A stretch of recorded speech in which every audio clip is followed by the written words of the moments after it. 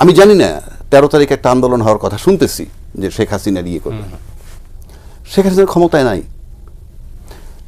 ক্ষমতায় যখন ছিল তখন তারে তাড়ানোর জন্য কিন্তু সবাই চেষ্টা করছে বলে আজকে ক্লেম করে। তখন তো সে ক্ষমতায় ছিল। তা আমি দেখতে চাই এখন তো সে ক্ষমতায় নাই। দেখি যারা দীর্ঘদিন যাবৎ লড়াই করে সরাইতে পারে নাই, এখন যিনি ক্ষমতায় নাই তাকে তারা প্রতিরোধ করতে পারে কিনা আমি দেখতে চাই। আরেকটা জিনিস, আরেকটা জাজমেন্ট আমি দিচ্ছি, আমরা সবাই যে বলি আমরা জুলাই চেতনা ধারণ করি বা আন্দোলন করছি, এটা কে বলতে পারে? অ্যাকচুয়ালি যেটা বলতে পারবে কি জানেন? ঘটনার ভিকটিম যিনি, ঘটনার ভিকটিম কিন্তু বেঁচে আছেন, অর্থাৎ তাড়ানো হয়েছে শেখ হাসিনাকে। অর্থাৎ শেখ হাসিনা একমাত্র উনি বলতে পারবেন পারফেক্টলি যে এই জুলাই চেতনা বা জুলাই নামে আমাকে যে অপসারণ করা হলো সেখানে নেতৃত্বে কারা ছিল, রোলটা কাদের সবচেয়ে বেশি ছিল। তিনি অবশ্য আজকেই বলেছেন, মানে কি আর কি ভারতীয় মিডিয়াতে বলছেন যে ক্লিনটন পরিবারের মদতেই ঢাকায় অভ্যুত্থান হয়েছে। ওকে ফাইন, ক্লিনটন পরিবারের মদতে, বাট পরিবার না, কিন্তু পরিবারের লোকগুলো কিন্তু এখানে ফিজিক্যালি কাজ করেনি। যাই হোক, তাহলে সেই ক্লিনটন পরিবারের বদলে এখানে ফিজিক্যালি কাজগুলা কারা করছে? আপনি নিশ্চয়ই লক্ষ্য করেছেন আজকে কাগজে হেডলাইন হলো সংঘাত না শান্তি। এখন কোন পথে যাব আমরা? সংঘাত কি অনিবার্য? আজকে ভাই আপনাকে দিয়ে শুরু করি। ধন্যবাদ আপনাকে, আপনার দর্শক শ্রোতা এবং আমার আলোচক ব্যারিস্টার ফুয়াদ। ইনফ্যাক্ট ফুয়াদ আমার অরিজিনাল ছোট ভাইয়ের নামও, ও ইটালি থাকে। যাই হোক, যেই বিষয়গুলো গণতন্ত্র, আমরা কি গণতন্ত্রে ফেরত যাচ্ছি, না গণতন্ত্র ছিল সেটা হারাইছি, নাকি গণতন্ত্র আদৌ নাই, অনেকগুলা কোশ্চেন। বাট আমি ব্যক্তিগতভাবে মনে করি একটা রাষ্ট্রে গণতন্ত্র থাকার পূর্ব শর্তই হলেই দেশটা রাষ্ট্র কিনা। আপনি তো দেশটাকে আগে রাষ্ট্র করতে হবে। মানে আপনি অতীত বর্তমান যাই ধরুন, আমি যদি সিম্পল, আমি কোনো সরকারকে দোষারোপ করছি না, আমার দেশে যে ঘটনাগুলো ঘটে গেছে তার আলোকে। আমার দেশে 10টা কষ্টের ঘটনা ঘটছে, আমার দেশে সিরিজ বোমা হামলা হয়েছে, আমার দেশে ইয়েতে কি বলে আপনার কি বলে কানসাটে বিদ্যুতের দাবিতে নিরীহ 24টা মানুষ হত্যা হয়েছে, আমার দেশে সার্বভৌমত্বের প্রতীক 57 জন সেনা অফিসার হত্যা হয়েছে, আমার দেশে আয়নাগর হয়েছে, আমার দেশে শাপলা চত্বরে শত শত লোক মারা গেছে, আমার দেশে ক্রস ফায়ারে লোক মারা যায়। এই যে ঘটনাগুলো, এটা একটা সার্বভৌম দেশে থাকে কিনা? মানে দেশটা যদি রাষ্ট্র হয় তাহলে কি এগুলো থাকে? একটা রাষ্ট্রে আমার হয়তো অনেকেই ভালো বলতে পারবে রাষ্ট্রের ডেফিনিশনটা কি, সেটাই আমি বলছি। আপনাকে যদি সহজ সরল সমীকরণ করেন, মানুষের জান এবং মালের নিরাপত্তা লাগবে, এখানে একটা না দুইটা বিষয়, জান এবং মাল। আর তৃতীয়টা হইল স্বাধীনভাবে কথা বলা, স্বাধীনভাবে চলাফেরার স্বাধীনতা। অ্যাটলিস্ট এই 3টা জিনিস আমার লাগবে। প্রত্যেক অপরাধীর বিচার হতে পারে, not in the form of crossfire, not in the form of Aynaghar, not in the form of কি বলে অপারেশন ডাল ভাত। 57টা অফিসার মারা আমি সহ্য করতে পারছি না। অ্যাটলিস্ট এটা একটা স্বাধীন দেশের আমরা। সুতরাং এই যে আপনি অনেক, এখানে কিন্তু আমি একটা লম্বা সময় টেনে আনছি সবগুলো বলে, তাহলে গণতন্ত্র ছিল। 24টা অবশ্য আপনি মেনশন করেননি, কি 24-এর আসতেছি, ওখানে আসতেছি। তারপরে যদি বলি আমরা মব জাস্টিসের খেলা, মব জাস্টিস না, মব মুভমেন্ট বলতে পারেন। জাস্টিস শব্দটা তো পজিটিভ, এখন মব মুভমেন্ট, মব ভায়োলেন্স বলেন। আপনি কোনো মব ভায়োলেন্সই তো আমি টলারেট করি না। আপনি মনে করেন শেখ হাসিনাকে তাড়ানো হয়েছে, আবার বঙ্গবন্ধুর বাড়িও ভাঙা হয়েছে।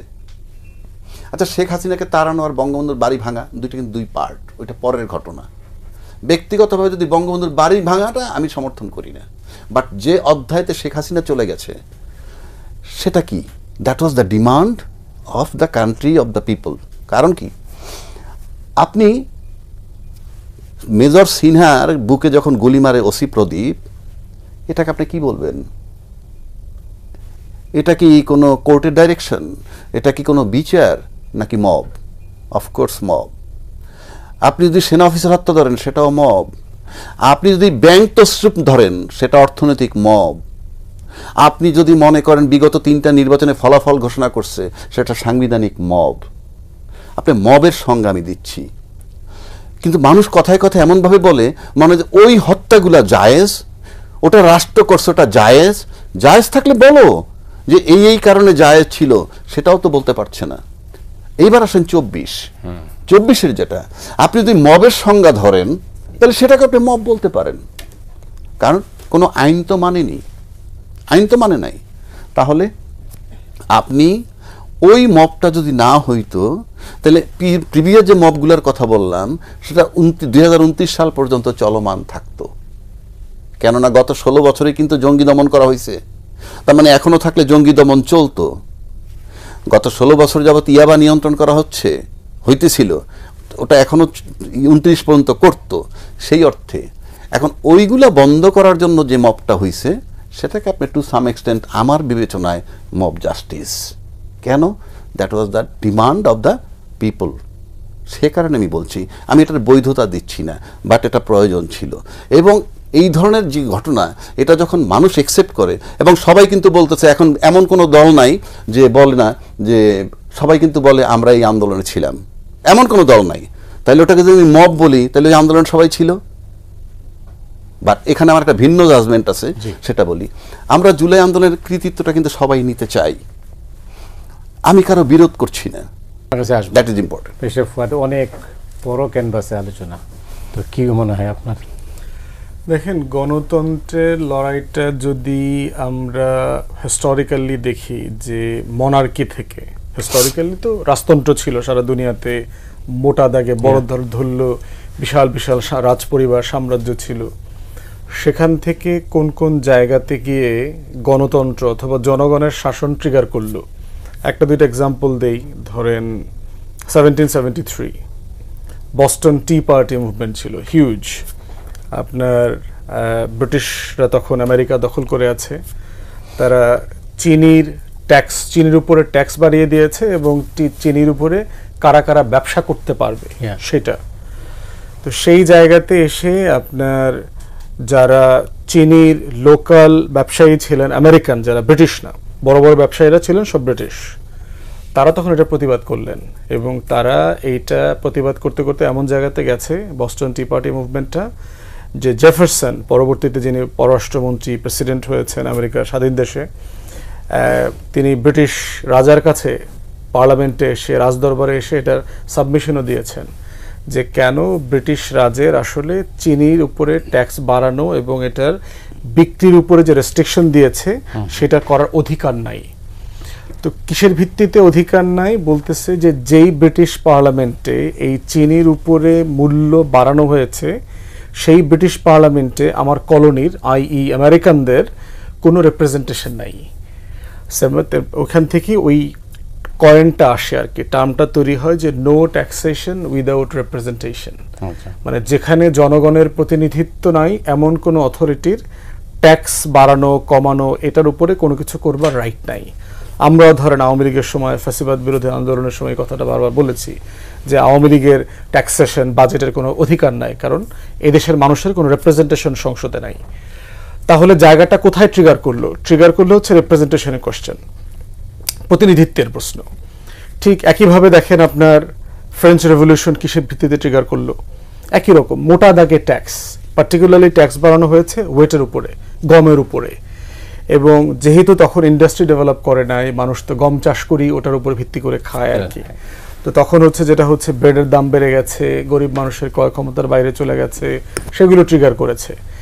তাহলে এই যে প্রত্যেকটা জায়গায় গণতন্ত্রর জায়গাটা ট্রিগার করছে যে কোনো অথরিটি যারা গভর্ন করছে তাদের এই গভর্নেন্স প্রসেসের মধ্যে যাদেরকে সে গভর্ন করছে তাদের মতামত আছে কিনা, সম্মতি আছে কিনা। এই সম্মতি এবং মতামতের প্রশ্নই হচ্ছে যে একটা ভূখণ্ডে গণতন্ত্র আছে কি নাই, সেই প্রশ্নটা নিরূপণ করা হয়। আমরা যারা এই হিন্দুস্তানে পুরো বা যারা ব্রিটিশ বিরোধী আন্দোলন করেছি, কিসের ভিত্তিতে আন্দোলন করলাম?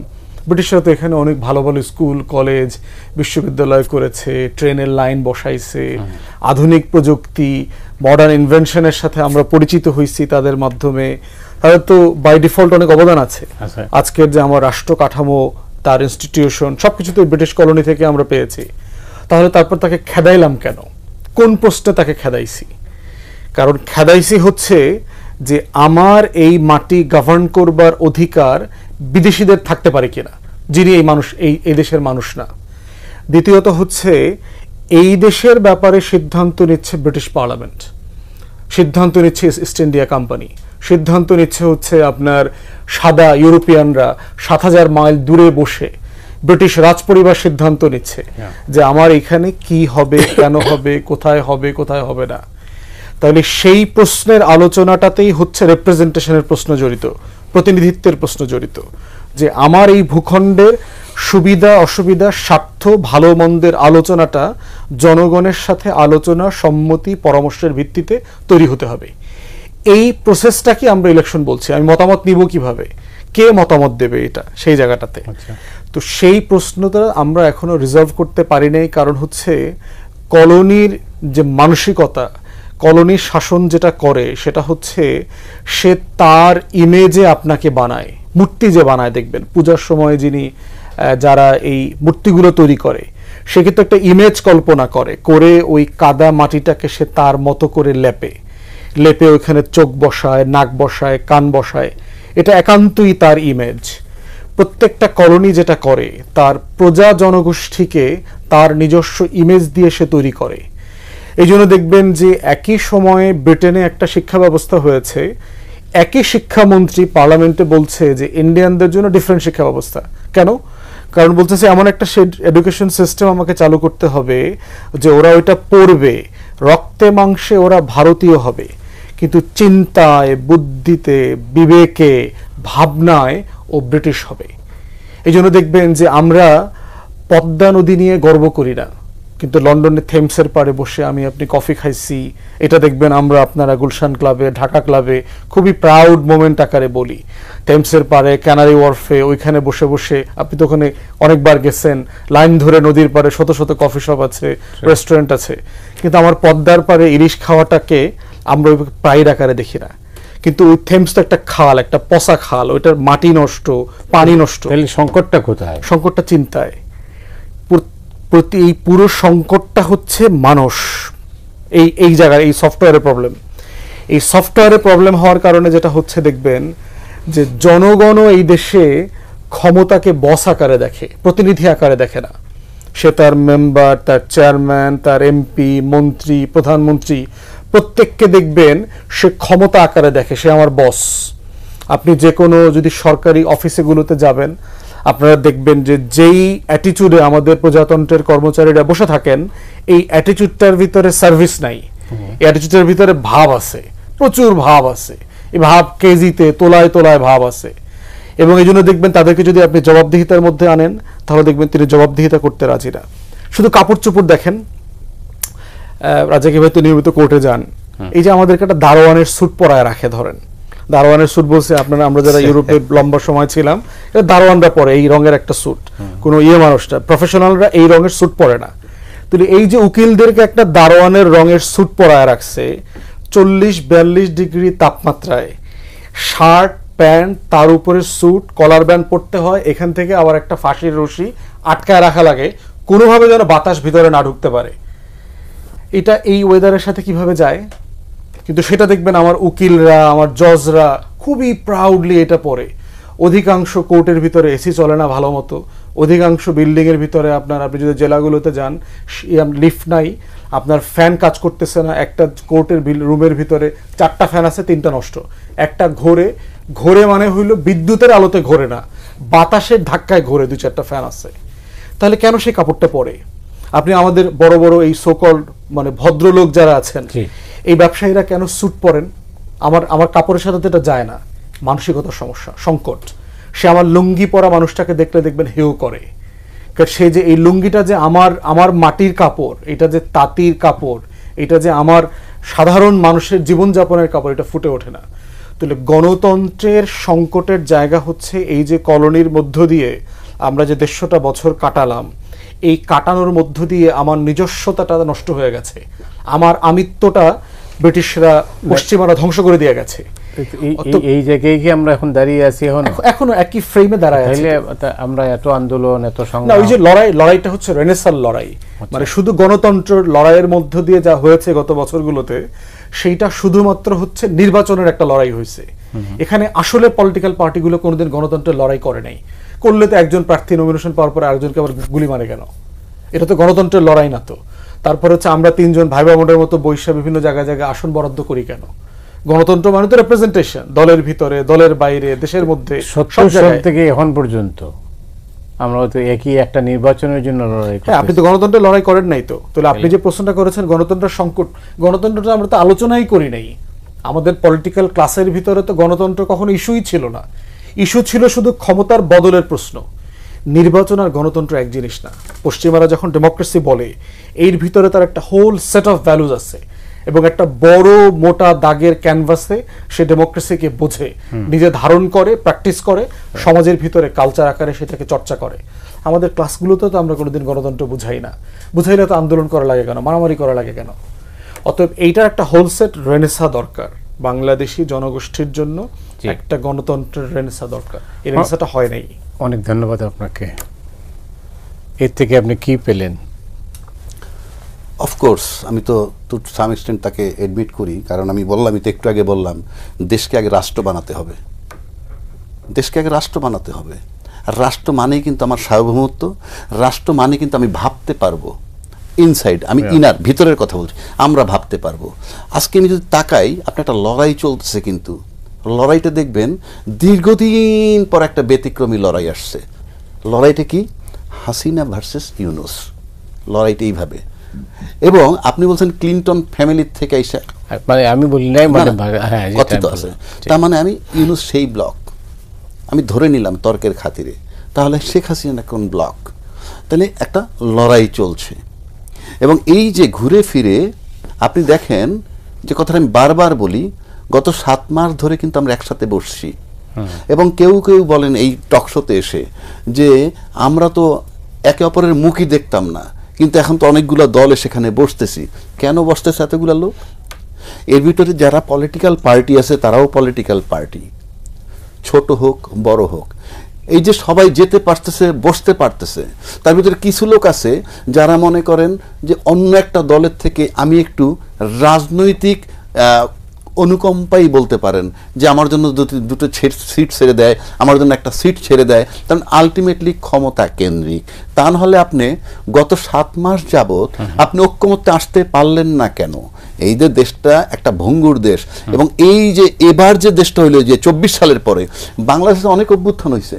এরশাদ সাহেবের সময় একটা অভ্যুত্থান হয়েছে, তারপরে 96 যদি আন্দোলন ধরেন, যে আপনার কি বলে এটারে তত্ত্বাবধায়ক সরকার আনলো, সেটা একটা আন্দোলন। 111 একটা আন্দোলন, ইউনূস সাহেব একটা আন্দোলন, মানে ইউনূস সাহেব বলতে 24 পর্যন্ত একটা আন্দোলন। এই যে আন্দোলনগুলো ধারাবাহিকভাবে হইল, এইরকম আন্দোলন হয়েছিল কিনা আদৌ? যে বায়তুল মাকামে খতিব চলে গেছিল, বাংলাদেশ ব্যাংকের গভর্নর পালাই গেছিল, তারপরে আপনার পুলিশ পালাই গেছে, আর সব বাদ দিলাম, একটা সর্বশেষ আজকে থেকে 7-8 দিন আগে একজন ডিআইজি পালাই গেছে, মাসখানেক আগে একজন মেজর জেনারেল চলে গেছে দেশ ছেড়ে। আপনি বলেন এটা কি প্রকাশ করে? সিম্পলি প্রকাশ করে যে প্রশাসন যন্ত্রটা এখনো ওকে হয়নি। তো এখন যে আমরা সবাই আশা করি, আচ্ছা গণতন্ত্র তো এতদিন হলো না, এখন তো একজন ইউনূস সাহেব আসছেন, বিশাল 5 তারিখে আমরা সবাই ছিলাম শয়তান, 6 তারিখে কি 18 কোটি লোক ফেরেশতা হয়ে গেছে? আপনি কি বলতে চান? আপনাকে তো একটা টাইম দিতে হবে, একটা সময় দিতে হবে।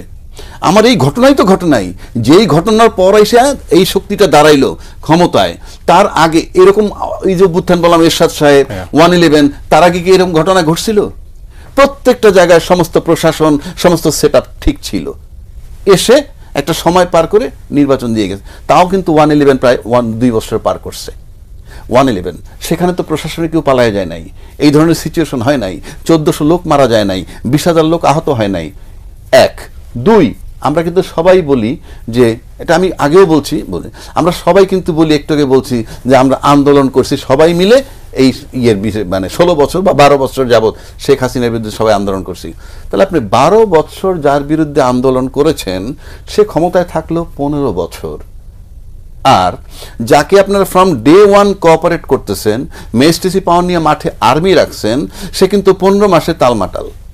তাহলে আপনি সহযোগিতা যাকে করতেছেন তার অবস্থা এরকম হয়, আর যাকে তাড়ানোর জন্য চেষ্টা করলেন 8-10 বছর, সে 15 বছর ক্ষমতায় থাকলো। এটা দিয়ে আপনি সিম্পলি বুঝতে পারেন যে আসলে কি কোঅপারেশন করা হচ্ছে।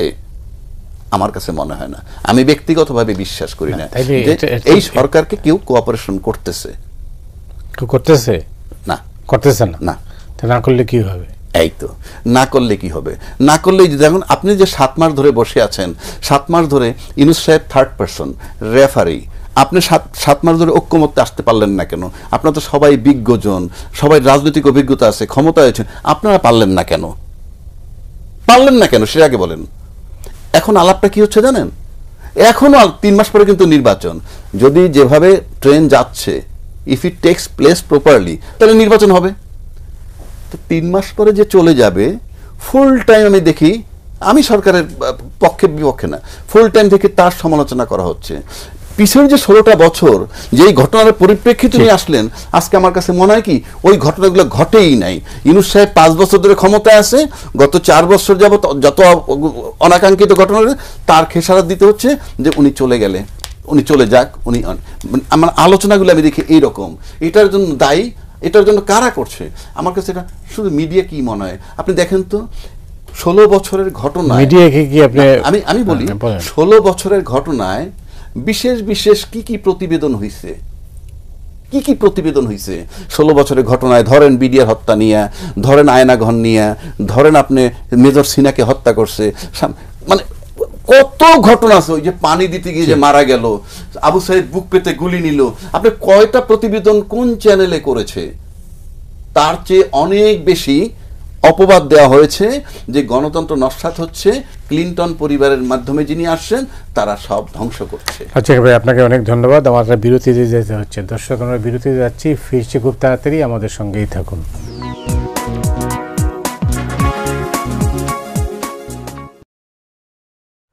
সুপ্রিয় দর্শক মণ্ডলী, 7 রিং সিমেন্ট ফ্রন্টলাইনে আবারও স্বাগত জানাচ্ছি আপনাদের।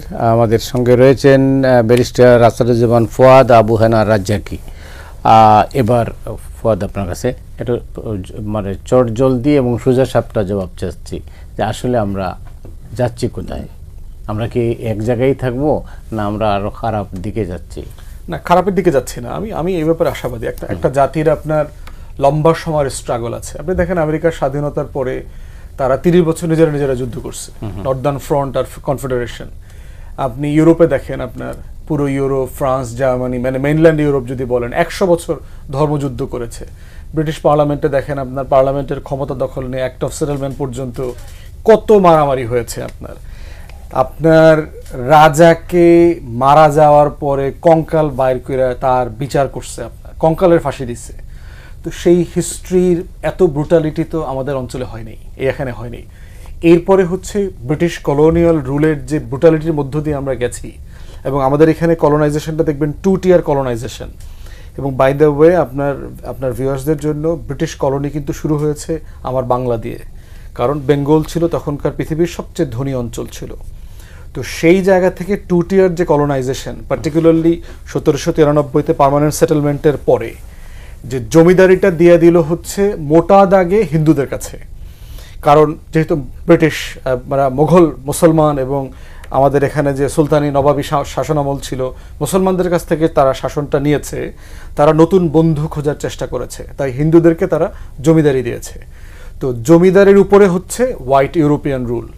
তো এই 2 টিয়ার কলোনাইজেশনের কারণে যেটা হয়েছে, আপনার 150 বছরের এই বাংলার মুসলমান এবং পুরো হিন্দুস্তানের মুসলমানদের লেখাপড়া, শিক্ষা দীক্ষা, আর্থিক রুটি রুজি সব ধ্বংস হয়ে গেছে। তো একটা সচ্ছল পরিবারের ছেলেমেয়েরা যদি 2-3 জেনারেশনের ভিতরে গরিব হয়ে যায় এবং অশিক্ষিত হয়ে যায়, তখন সেই ফ্যামিলিগুলোর আসলে কি থাকে? তার আসলে, আপনি যদি হান্টারের বই পড়েন, দ্য ইন্ডিয়ান মুসলমানস, সেখানে আপনারা দেখবেন যে সে তার 2টা ভিজিটের কথা বলেছে, যে আমার লাস্ট ভিজিটে আমি এই অঞ্চলে ঘুরে কোনো গরিব মুসলমান দেখি নাই, কিন্তু এই সফরে এসে আমি কোনো ধনী মুসলমান পাই নাই। মানে 1-2 জেনারেশনের ভিতরে এই অঞ্চলে দুর্ভিক্ষ হয়ে গেছে। 1777-এ দেখেন, 57-তে ব্রিটিশরা টেক ওভার করলো আপনার পলাশীর প্রান্তর থেকে। 20 বছরের ভিতরে বাংলার ইতিহাসের সবচেয়ে খারাপ দুর্ভিক্ষটা হলো, যেটা ছিয়াত্তরের মনন্তর বলে, বাংলায় 1176 সম্ভবত। এরপর দেখেন বেঙ্গল ফেমিন 1940-এ, দ্বিতীয় বিশ্বযুদ্ধ চলা অবস্থায় যে ফেমিন হয়েছে। তাহলে পৃথিবীর সবচেয়ে ধনী অঞ্চলে 20 বছরের কলোনিয়াল রুলের ব্যবধানে দুর্ভিক্ষ হয়েছে। তাহলে রিয়েলিটিটা চিন্তা করেন যে একটা মানুষের ক্রয় ক্ষমতা, তার ফসল উৎপাদনের সক্ষমতা, তার যে আর্টিজানশিপ, কার্পেন্ট্রি আছে, এটা কোন লেভেলে ডিক্লাইন করলে এটা সম্ভব। আমরা যেখানে আছি সেটাকে আপনি কিভাবে দেখছেন? তো সেই ধারাবাহিকতা দেখেন, এই যে ফ্রি ফল আমরা পড়লাম, এই ফল থেকে একটা গভর্নেন্স এস্টাবলিশ করতে আমরা পারি নাই। পাকিস্তান রাষ্ট্র বানাইলাম, সেই রাষ্ট্রটা আপনার প্রতি 6 মাস 8 মাস পর পর প্রধানমন্ত্রী পরিবর্তন হয়েছে। একটা সংবিধান করতে তার 7-8 বছর 9 বছর লেগে গেছে। একটা ভালো নির্বাচন তারা করতে তারা প্রায় 23-24 বছর লাগাই দিছে। তো সেই সংকটের ধারাবাহিকতা বাংলাদেশ আমলেও হয় নাই।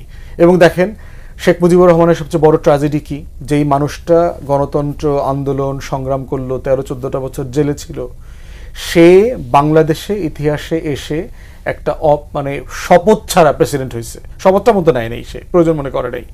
সে গণতন্ত্র হত্যা করলো, বাকশাল করলো, 4th সংশোধনী করলো। তাহলে ট্র্যাজেডিটা দেখেন, যার লড়াইটা ছিল গণতন্ত্রের, তিনি এসে নির্বাচিত হয়ে এখানে গণতন্ত্রকে হত্যা করলেন। এই জন্য বললাম যে চেতনায়, চৈতন্যে আসলে গণতন্ত্র ছিল না, শেখ মুজিবেরও ছিল না, আওয়ামী লীগের মধ্যে ছিল না, ছিল একটা নির্বাচন, যে একটা প্রসেসের মধ্যে দিয়ে সে শুধু ওই মসনদে বসতে চায়। তো এই জন্য চৈতন্যে গণতন্ত্র না আসা পর্যন্ত নির্বাচনে দল বদল হবে, নেতা বদল হবে, কিন্তু সমাজের কাঠামো বদল হবে না। এবং সে চৈতন্যতাটা বদল কোত্থেকে হবে? ছেলে মেয়েদেরকে, আমাদের কোনো স্কুল কলেজে কি ডেমোক্রেসি পড়ানো হয়? গণতন্ত্র কি জিনিস? ওই পৌরনীতির বইতে একটু গণতন্ত্র কাহাকে বলে, তো ডেমোক্রেসি, ডেমোক্র্যাটাস, হাবি জাবি, মানে কালচারালি যে ইনগ্রেইন করা জাতির ভিতরে গণতন্ত্রের মানুষ তৈরি করা, সেই জায়গাটা এখনো হয় নাই। তাই বারবার আমরা হোঁচট খাচ্ছি। এই জন্য হচ্ছে যে আমি মোটেই হতাশ না, বাট লড়াইটা চলমান রাখতে হবে এবং একটা রেনেসা দরকার, একটা চিন্তার মানে ওভারহলিং দরকার এই জাতির মধ্যে, যে আসলে আমরা ঠিক নাই, এই জাতি এভরিথিং ইজ রং, এটা সামথিং ইজ মানে এভরিওয়ার ইজ রং। মানে এইটা যখন আমি বুঝবো যে এইটা বদলানো দরকার, পরিবর্তন করা দরকার, তখন আপনি গাড়ি না সারাবেন। আপনি যদি মনেই না করেন যে আপনার গাড়ি নষ্ট হয়ে গেছে, তাহলে তো আপনি মেকানিক্সের কাছে যাবেন না। এই মেকানিক্সের একটা আন্দোলন এখানে দরকার, যেটাকে রেনেসা বলছি। অনেক ধন্যবাদ আপনাকে। আবু হায়নার রাজ্জাকি, আপনি বলেন যেটা হচ্ছে, যেটা রেনেসা দরকার, সেটা তো একটা মৌলিক প্রশ্ন। কিন্তু আমরা এই মুহূর্তে, দেশটা তো একটা অস্থির অবস্থার মধ্যে আছে। এই অস্থির অবস্থা, যে এই সংকট, চলমান সংকট, এই সংকট থেকে উত্তরণের পথটা কি আসলে? আমাকে যদি এই বিষয়টাই বলতে বলেন, আমি বিশেষ করে সেই আমাদের সংস্কার ঐক্যমত যে শুরু হইল 7 মাস যাবৎ, 7 মাস যদি প্রত্যেকের রোল দেখি, আমি যেটা ফুয়াদ যেটা বলতে চাই, বুঝাইতে চাইলো যে আমরা আসলে কেউই ঠিক নাই কোনো দিক থেকে, তো সেই হিসাবে আমি দেখি ইউনূস সাহেব ব্যর্থ। কেন ব্যর্থ? উনি পারেননি প্রপারলি যেভাবে কন্ট্রোল করতে হয় কিংবা ডমিনেট করতে হয়। কারণ উনি তো, ওনার ক্ষেত্রে সবাই এক হিসাবে, উনি যে পজিশনটায় আছে তাতে যে রোলটা তার কাছ থেকে আসার কথা ছিল, সেই কমান্ডিং ভয়েসটা আমরা কখনোই দেখি নাই। পাশাপাশি যারা অন্যসহ যারা ঐক্যমত্য কমিশনে গেছেন, ওনাদেরকেও যদি আমি সবসময় একত্র করে দেখি, ওনারাও ব্যর্থ আছেন। কারণ ঘুরে ফিরে ওই যে একটা কথা, যেটা সে বললো, আমি আগেও বলছি, আপনি চিন্তায় সৎ, চিন্তায় অসৎ, এই জায়গাটায় আগে যেতে হবে। ওই সব নির্বাচন কেন্দ্রিক মানে কি, ক্ষমতা কেন্দ্রিক। এবং ক্ষমতাটা কীরকম দেখেন, কথার কথা, আমি কিন্তু ওই বিতর্কে যাচ্ছি না কোনটা আগে হওয়া উচিত। একটা কথা আসছিল যে স্থানীয় নির্বাচন আগে দিব, কথা আসছিল, দিলে কিন্তু গণতন্ত্রের জন্য ভালো হইতো। কেন? আপনি যখনই উপজেলা চেয়ারম্যান, ইউনিয়ন চেয়ারম্যান আগে হয়ে যাবে, তখন কিন্তু এমপি তৃতীয় ব্যক্তি যখন হবেন, এই 2 জন ব্যক্তি তার পছন্দ নাও হতে পারে, তারা আগে হয়েছে। কিন্তু আগে যদি এমপি হয়ে যায়, বাকি 2টা পদ কিন্তু পরে তার পছন্দে হয়। এবং বাংলাদেশে আমরা 53 বছর যাবত দেখছি যে ওই একজন এমপি, তার সাথে উপজেলা চেয়ারম্যান বা ইউনিয়ন চেয়ারম্যান মিলে, 3 মিলে একটা অলিখিত মব সাম্রাজ্য হয় এবং বাংলাদেশ 300 টুকরায় বিভক্ত হয়। এবং এমপি সাহেবের কাজটা পর্যন্ত আজ পর্যন্ত এমপি সাহেবরা জানেন না। যদি জানতেন, তাহলে এমন অনেক লোকরে পার্লামেন্টে নিছেন যাদেরকে তারা নিতেন না। পার্লামেন্টে যে কাজ, সেটা যদি আপনি ভাবেন, পার্লামেন্টে কতগুলো কমন কাজ আছে, রাষ্ট্রপতি নির্বাচন, প্রধানমন্ত্রী নির্বাচন, স্পিকার নির্বাচন, বাজেট প্রণয়ন, তারপরে সাব কমিটি করে সুপারভাইজিং করা। কিন্তু আমাদের পার্লামেন্টে কি হয়? উন্নয়নের যত কাজ আছে সেগুলো তারা সুপারভাইজিং করে। যদি পার্লামেন্টের শুধু ওই জায়গাটা ভাবতেন তাহলে এমন অনেক কোনো দলের নাম বলে লাভ নাই, আপনি নিবেন না। আমাদের তো ব্যক্তির শাসন চলছে। সবচেয়ে বড় কথা হলো আপনি পার্লামেন্টে আইন প্রণয়ন করেন, সেখানে শিক্ষাগত যোগ্যতার কোনো মাপকাঠি নাই। অর্থাৎ আপনি একটা মূর্খ, শতভাগ মূর্খ পার্লামেন্টের মেম্বার হতে পারবে, অথচ আপনি একটা মেট্রিক পাস দারোয়ান খোঁজেন কেন? আপনি পার্লামেন্টের মেম্বার 100% মূর্খ অ্যালাউড। আমি বলছি না মূর্খরা হচ্ছে, বাট মূর্খ যদি দাঁড়ায় আপনার না করার কোনো স্কোপ নাই। তো সেই জায়গাটায় যখন আমরা আসি তাহলে আপনাকে চিন্তা করতে হবে যে আমাদের পরিবর্তনটা কোথায় দরকার। আমি বারবার বলছি আমাদের বেসিক কতগুলা জায়গায় আমাদের এই জায়গাগুলোয় হাত দেওয়া দরকার। আমরা সেই জায়গাটা ইনফ্যাক্ট আদৌ যাইতে পারি নাই। এই যে মনে করেন আজকে গণতন্ত্রের কথা আমরা বলতেছি, গণতন্ত্র মানে এই না যে আপনি ক্ষমতায় গিয়েই আপনি যা বলবেন সেটা চূড়ান্ত। প্রত্যেকের মতের মূল্য দিতে হবে। আবার যারা গণতন্ত্রে বিশ্বাসী তাদেরকে ভাবতে হবে একটা শক্ত বিরোধী দল পার্লামেন্টে কিভাবে নেওয়া যায়, সেখানে আমাদের বক্তব্য কি থাকে, ইলেকশন দিব, না আসতে পারলে আমরা কি করব। কিন্তু আপনাকে রাষ্ট্রীয় কাঠামোর মধ্যে থেকে চিন্তা করতে হবে আসলেই তো শক্ত বিরোধী দল কিভাবে আনা যায়, এটা ভাবা দরকার। কিন্তু সেটা কেউ ভাবে না, এবং এটার জন্য যদি আপনি পদ্ধতি দিতে যান আপনাকে অন্য ট্যাগ লাগানো হবে। এই যে বিষয়গুলো, আবার যদি ধরেন যে আপনি গণতন্ত্র মানে আপনার একটা সার্বভৌমত্বের প্রতীক সেনাবাহিনী, এই যে সেনাবাহিনী বা প্রতিরক্ষা বাহিনী, এই যে খাতটা, এই প্রতিরক্ষা বাহিনীর কাজটা কি, এই প্রতিরক্ষা আমার দেশটা সার্বভৌমত্ব কীভাবে রক্ষা করতে পারবে, এ ব্যাপারে সব দলের একটা কমন চিন্তা করতে হবে। আবার যদি ধরেন প্রতিবেশী রাষ্ট্রের সাথে আমার সম্পর্ক, অন্যান্য দেশের সাথে আমার সম্পর্ক, এই সমস্ত জায়গায় একটা কমন সিদ্ধান্ত থাকতে হবে। সেটা যদি আপনি ক্ষমতায় থাকেন ওখান থেকে সরা যাবে না। আমার তো মনে হয় না পৃথিবীতে কোনো ফরেন পলিসি ওভারনাইট চেঞ্জ হয়। আমার এখানে সরকার বদল তো ফরেন পলিসি বদল। আমরা 16 বছর যেটা দেখছি একটানা ফরেন পলিসিটা আমরা বুঝতে পারি। আবার ইউনূস সাহেব আসলো, ওইটা কি ফরেন পলিসি ছিল? কোনটা? 16 বছর যা চলেছে একটা ফরেন পলিসি থাকে তো, একটা রাষ্ট্রের একটা ফরেন পলিসি কিতাবে ছিল, হোয়াটএভার ইট ইজ, ছিল তো একটা ফরেন পলিসি। সেটা তো আমরা ইয়েটা দেখছি, তার এফেক্টটা দেখছি। তা আজকে সেই এই কমন জায়গাগুলা আমি বারবার বলতেছি, সব জায়গায় বলি, বাংলাদেশ এখনো রাষ্ট্র হয়নি। যতক্ষণ রাষ্ট্র না হবে ততক্ষণ আপনি আপনার কাজ করতে পারবেন না।